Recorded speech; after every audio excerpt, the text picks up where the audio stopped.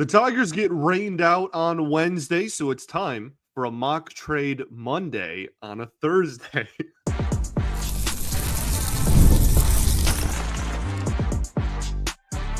You are Locked On Tigers, your daily Detroit Tigers podcast. Part of the Locked On Podcast Network, your team every day. What is up, everybody? Welcome back to another edition of Locked On Tigers. I'm, of course, your host, Scott Bentley. Today is Thursday, June 19th, 2025. Thank you so much for making Locked On Tigers your first listen every single day. We are free and available wherever you get your podcasts, including YouTube, part of the Locked On Podcast Network, your team every day. Today's episode is brought to you by Game Time. Download the Game Time app, create an account, and use code LOCKEDONMLB for $20 off of your first purchase. Happy Thursday, everybody. Today, as you listen to this, the Detroit Tigers will square off, face off. I kind of was debating on which phrase to use there.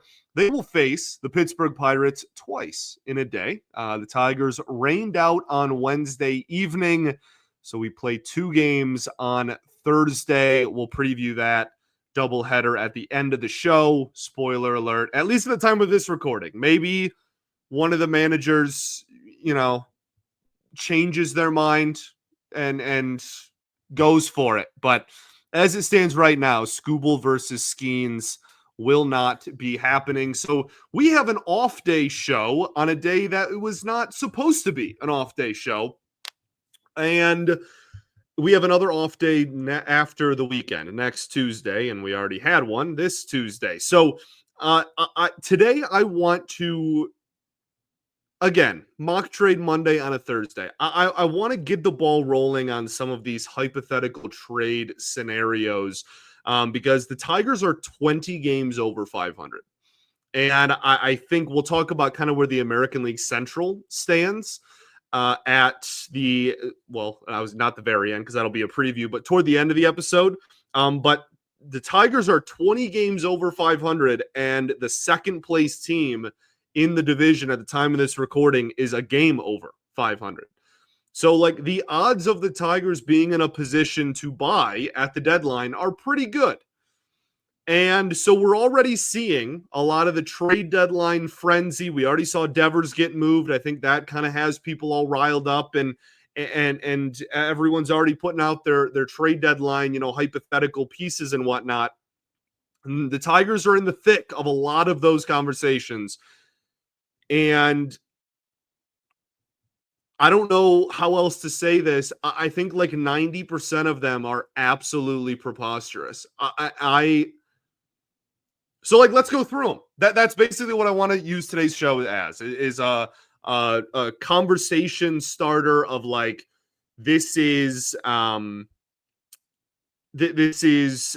something where we can I can just talk about how I think some of these are ridiculous, but B, I think we can talk about what the Tigers actually might use or move rather, or use to in a trade, etc.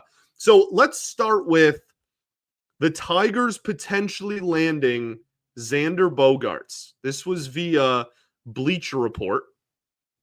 Did a bunch of hypothetical trade situations. They did not say what the Tigers would give up for Xander Bogaerts, but they did say that it makes sense for the Tigers. I'm here to tell you, no, it does not.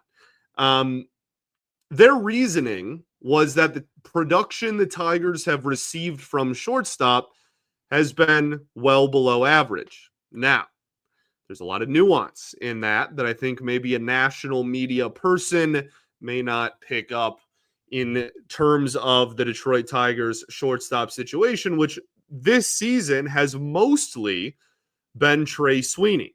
That's because Javi Baez has been playing center field. Javi is a good defender at shortstop, has proven that time and time again, and is actually hitting. Now, it's still Javi, okay? I'm not expecting him to end the season with an 800 OPS, but he is at least producing more than Xander Bogaerts, who has been not only struggling mightily this year, he's been kind of a train wreck since the middle of last year. This is not just a 2025 problem. He didn't have good numbers in 24 either. The power is gone. And when I say the power is gone, I mean like catastrophic levels of disappeared. This dude's slug is like approaching 300, going like trending down, approaching 300. It's in the low 300s. That's like Harold Castro had a higher slug than that. Like he is literally hitting only singles. And he's not hitting very many of those. He's also notoriously not a very great defender and signed like a 12-year deal. This is not happening. The Detroit Tigers are not doing this. This is not something that anybody that I know of wants. If you do, you can obviously voice your opinion. You're entitled to that, and it's a beautiful thing to have differing opinions. But I can't fathom being like super pumped to bring on Bogaerts and his production, his defense, and his contract, given what Javi has done recently and just given the, I don't know, like Bogaerts in a vacuum. So I hate that. And I cannot imagine a reality in which the Tigers are like chomping at the bit to bring on a ridiculous contract like that. So we'll start with that one and then move on. The next one that I want to bring up is via Mike Valeni, actually, at 97 won the ticket. Kind of was making the rounds on social media for his opinion of Chris Sale to Detroit, saying that it would make the Tigers World Series favorites. It would capitalize on Scooble's window because you're not guaranteed to extend him and have him long-term, obviously. But said that it would cost the Tigers a lot. And his evaluation of Chris Sale was pick one of Max Clark or Kevin McGonigal, plus one of Bryce Rayner, Josue Briseño, or Thedron Lorenzo, plus Cris Rodriguez. So in theory, like the least damage you could do here, to me, would be Clark, Lorenzo, Rodriguez in that formula. That's a awfully high price tag, and that's not happening. McGonigal, for starters, is not getting traded, period. That is not happening. I genuinely, I don't even care. I don't care.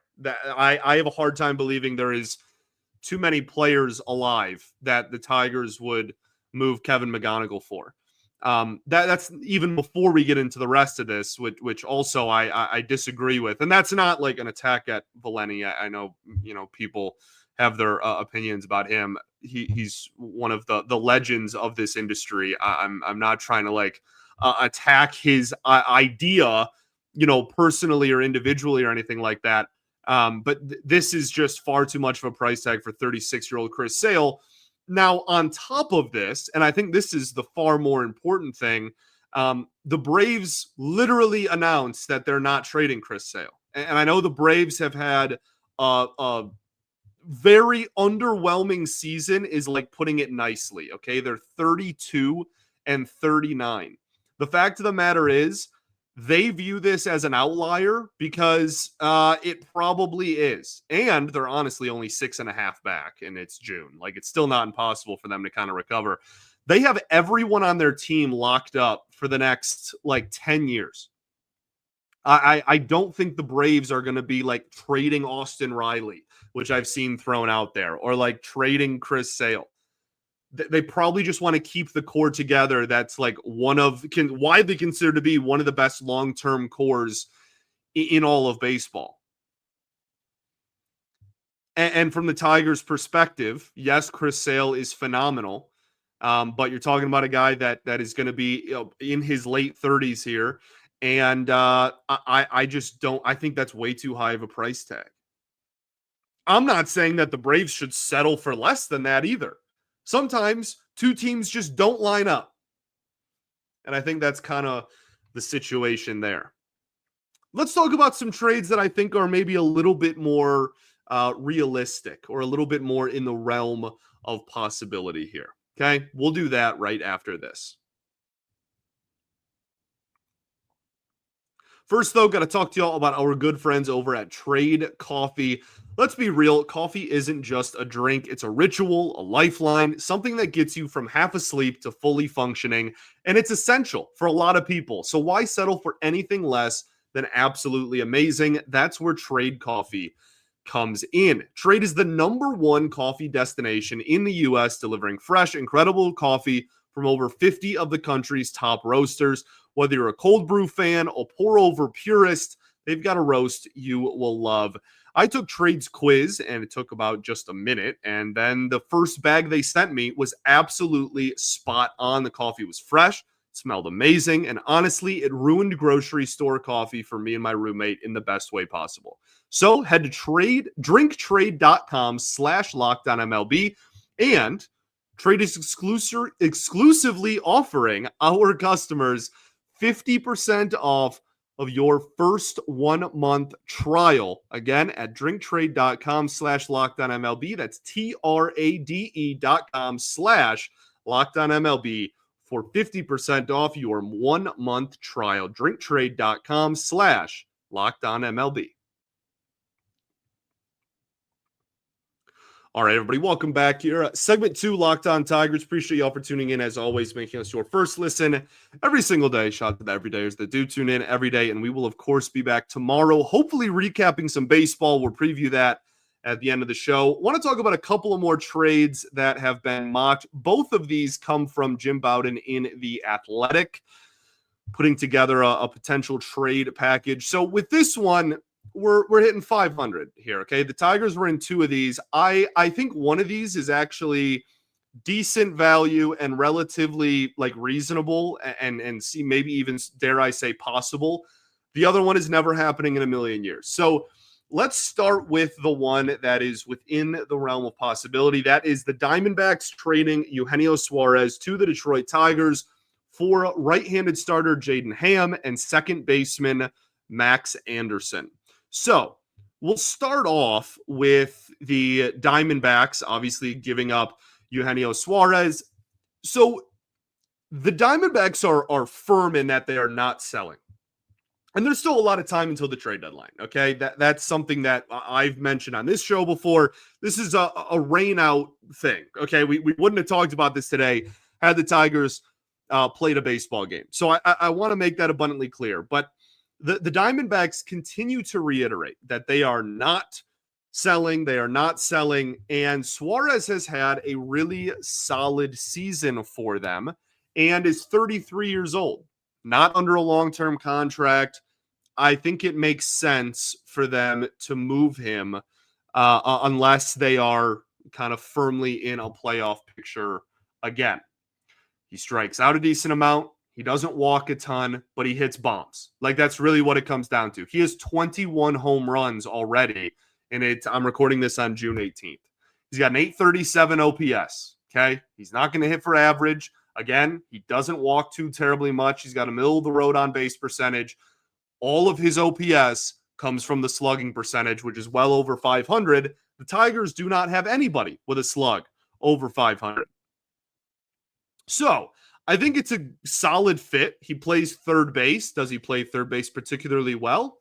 No, he doesn't. He's a minus defender at third, but ultimately, this is a rental. This is a short-term option for the Tigers, and it immediately not only provides a position of need. McKinstry's been great, but you can find other places to play Zach McKinstry, I guess is my point. And Suarez gives you something you desperately need, which is that right-handed power bat. Now, from the Tigers' perspective, Max Anderson is having an unbelievable season. And this is not that he's been like terrible or anything. I'm not trying to make it sound like this guy's just like completely came out of nowhere. But he certainly hasn't been on people's radars as much prior to this phenomenal season he's putting together. And he was drafted a couple years ago. He did go to college, so he's a little bit older. I think from the Tigers' perspective, this is a guy that they would be willing to move. Do I think they're like excited to move a young prospect who's having a giant like breakout campaign? No, I don't think they're foaming at the mouth with the opportunity to trade him. But if you're given something of need at the major league level to help you, I think that's somewhat on the table. Jaden Ham has been talked about in the Tigers system for a little bit now and is having another really solid year this season, continues to move up the ranks, has had, like I said, I want to say the last 2 years, has continued to kind of rise in public perception. And so I think these are two solid prospects that would be much higher in anybody else's, like prospect rankings, if that's something you care about, and are a little bit lower. Like, you're not talking about the untouchables here. You're not talking about Cris Rodriguez. You're not talking about McGonigal or Clark or Rayner or, like any of the Lorenzo, Briseño. Like you're avoiding kind of the guys that most people view as untouchable, while also still giving up value.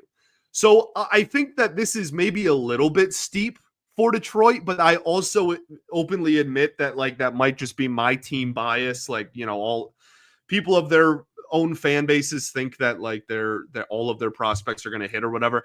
I think this is enough in the realm of possibility where it is something similar to this, maybe not carbon copy exact this, could happen.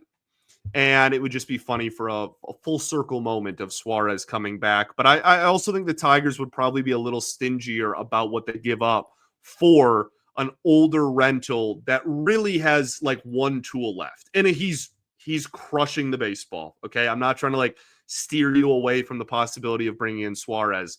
However, he has one tool. He's not a good defender. He's not fast. He doesn't have a great arm over at a position where that's important. He doesn't hit for contact. He doesn't get on base a ton. He just hits absolute missiles. And he's doing that really, really well this year. So, something to keep an eye out for. I think the Tigers, that might still be a little steep, but we'll see. This one is ridiculous, and we're not going to even spend too much time on it. The other trade that was in this same article, actually, from The Athletic, which go check it out, support The Athletic. Great writers, great people.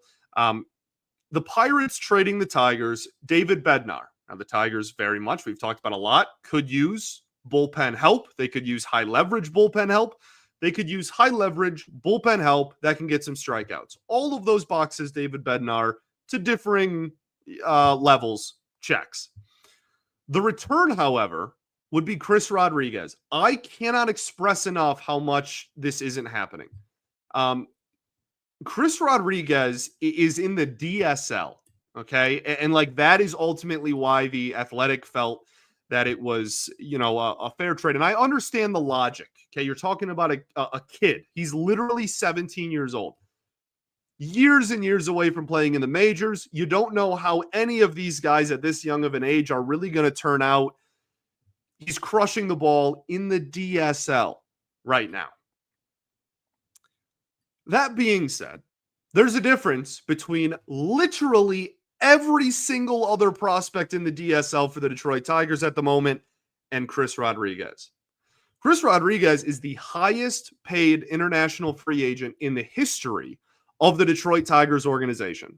He is also the highest ranked international free agent signing in the history of the Detroit Tigers organization. And guess what? He just started playing organized ball games for them a few weeks ago, and they just signed him 6 months ago. They are not trading him respectfully, for a year and a half of David Bednar. That's not happening. Okay. Let's talk about some other things that have been on my mind in terms of the Tigers. We'll talk about where the AL Central stands and how that could affect the trade market heading forward as well. We will do that right after this. First, though, got to tell you all about our good friends over at Game Time. Have you ever decided at the last minute to head to a ball game with your friends and family? Maybe it's a game day and you suddenly realize you want to be in the stands. That's exactly where Game Time comes in. The easiest way to grab last minute tickets without all the stress. With the money you save on tickets, you can splurge on food, drinks, merch, or even invite a bigger group to come with you. Game Time makes it all possible. Game Time makes buying tickets fast and simple. Prices on the app actually drop the closer you get to first pitch. They've got incredible last minute deals, clear seat views, and a lowest price guarantee that takes the worrying out of buying. It's so great. They have so many great features as well. And they are obviously the official ticketing partner of Locked On MLB, making it easy to browse the app for exciting upcoming Tigers games. As we know, a lot of fun baseball looming, and the weekends have been absolutely packed, sellout after sellout every time they're home on a weekend. So take the guesswork out of buying tickets with Game Time. Download the Game Time app, create an account, use code LOCKEDONMLB for $20 off of your first purchase. Terms apply. Again, create an account and redeem code LOCKEDONMLB for $20 off. Download Game Time today. Last minute tickets, lowest price guaranteed. All right, everybody, welcome back to your third and final segment of Locked On Tigers. Appreciate y'all for tuning in as always. So something else that kind of just popped into my head here, and I've seen a couple of articles about, who the Tigers would be willing to give up at the major league level, if anybody. First off, I don't think that's like a huge, on the pie chart. I don't think there's a ton of people currently on the major league roster that the Tigers are going to be, chomping at the bit to get rid of. I think that there are certainly players that are more expendable than others, but like ultimately this team has won a lot. They're trying to add assets, not give up assets. One of the conversations I saw from a few different people online was just, how Wenceel Perez's performance kind of affects the team. And we talked yesterday on the show about how he was a really big X factor because he's been crushing the ball and Kerry Carpenter has been struggling. And so how does that like dichotomy kind of work? Well, first off, Kerry Carpenter is probably going to get pure platooned for the foreseeable future because of this. I can't foresee him facing too many lefties going forward just because of Wenceel Perez and how well he's hit so far. But Perez is hitting from both sides of the plate, so you got to kind of find a way to get him into the lineup no matter what. I don't think that should necessarily be like at the expense of Carpenter straight up. I think, again, reactionary, right? The theme of the season, let's not be so reactionary one way or another. Carpenter has been a really good hitter for this team for a couple of years now. And while he's not been hitting well over the last month plus, he still has a much larger sample size of hitting really well against righties, at least. And Wenceel Perez, this is more of his outlier. Not that I'm saying it is like unsustainable. Well, he's not going to hit 45 homers. But my point is we have to figure out where he kind of slides in there long term as well in terms of production, where his production is going to kind of level off. He's not going to be a 45 home run guy over the course of 162. So I think that's something to keep an eye on. You all of a sudden have somewhat of a out of nowhere, kind of a log jam in the outfield. Parker, obviously you need him to get going or else it doesn't become a log jam. And then it just they'll play Wenceel Perez in center field. They don't care. But I think that that is, if there is an area on this team, like Riley's not getting traded, Parker's not getting traded. I feel like that is maybe the area where like, okay, we have a lot of outfielders that can hit righties. And where are the outfielders that can hit lefties? So if there is something that's expendable, maybe it's in the corner outfield. But again, it's not going to be Riley Green. And I still think that they would much rather just have everybody hit and keep everybody. I don't think that's necessarily going to happen. So we'll keep an eye on that. Alex Lang also started a rehab assignment down in the minor leagues, which is a great sign. He threw a lot of strikes in his first outing, didn't walk anybody, had a strikeout. We'll take that. A guy that could immediately, if he can just even be remotely close to the strike zone, a guy that immediately makes this bullpen 10 times better because he actually has swing and miss stuff. The AL Central. Tigers are 20 games over 500. Cleveland 36-35. The Twins 36-36. The Royals 35-38. The White Sox 23-50. Obviously, the White Sox will be sellers. I would imagine like Luis Robert Jr. is going to be a big topic of conversation going forward. As far as the other teams go, the Royals have been on an absolute tailspin. 2-8 in their last 10 games, lost 5-6 games in a row at one point in that stretch as well. Seth Lugo is kind of the big name that jumps out at you there. Obviously, like Bobby Witt Jr. is not going anywhere. Vinny's probably not going anywhere. Like they have their young core that they're going to try to build around. But I think that that because they have signed so many veterans to short-term deals over the last year and a half, year plus. There is certainly something to be said for them selling off assets if they don't recover. The Twins have plenty they could sell if they wanted to. I never know what the Twins are doing. I don't even have too much to say about this. I don't know. The Twins could rattle off 15 straight wins starting tomorrow, and it wouldn't surprise me. They could lose 15 straight starting tomorrow. It wouldn't surprise me. They could go all in and buy and just completely empty the tank at the deadline. It wouldn't shock me. They could sell every piece they have and enter a full rebuild. It wouldn't shock me. They are the weirdest, streakiest. Honestly, if I was a fan of them, I would probably just be annoyed like all the time. You have no clue what direction anything is going at any point. The injury situation there, Correa has been a huge disappointment. They're also 2-8 in their last 10, are currently on a 5-game losing streak. But they went on like a 13-game, 12-game winning streak at one point earlier in the season. Like, I don't know anymore. I don't know. So who has any idea about the Twins? We'll see what they do at the deadline. Cleveland is an interesting one. They notoriously, hang on to their younger players. They also don't pay anybody. So if they are out of it, you got to imagine that like Stephen Kwan is due, kind of close to contract extension range. That's probably somebody that maybe his name gets thrown out there more if Cleveland continues to slide. But as it stands right now, nobody in the AL Central outside of the Tigers is making the postseason. Now, Cleveland is half a game back from Boston, who just traded Devers. So, like, maybe it's a nobody wants it situation. But I guess to Minnesota's, to be fair to them, they're only a game back. The Royals, even at 3 games under 500, are only 2.5 out of a wild card spot. So there's a lot that's going to happen still. We'll see how it plays out. Tigers play a doubleheader on Thursday.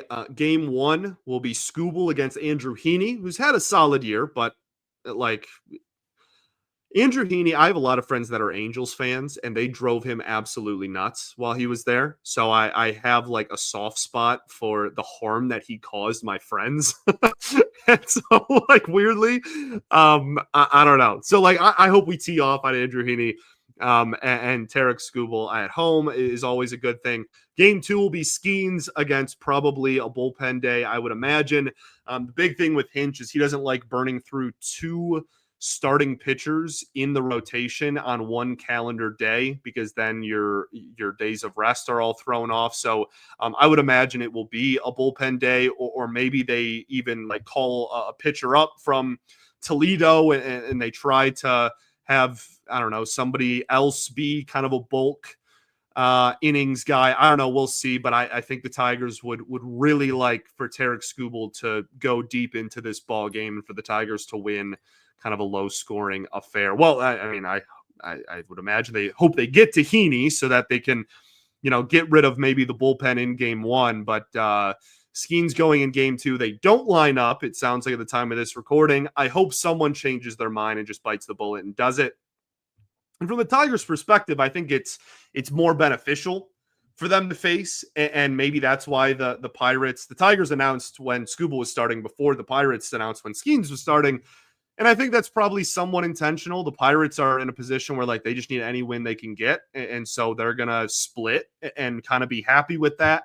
Whereas the Tigers, I think, even if you lose Skeens versus Skubal, then it's just the Pirates without Paul Skeens on the mound in game 2, who have been terrible all year. So, like, I don't know. I think it benefits the Tigers more for them to go head-to-head, which is probably why the Pirates don't want to do it. Alas, they're not going to line up. Bad for baseball. Boo. Thanks for making Locked On Tigers your first listen every single day. Shout out to the everydayers that do tune in every day. And we will, of course, be back tomorrow recapping both games of this doubleheader. Appreciate you all greatly. Peace and love. Going to therapy is dope. And I will talk to y'all tomorrow. Go Tigers, baby.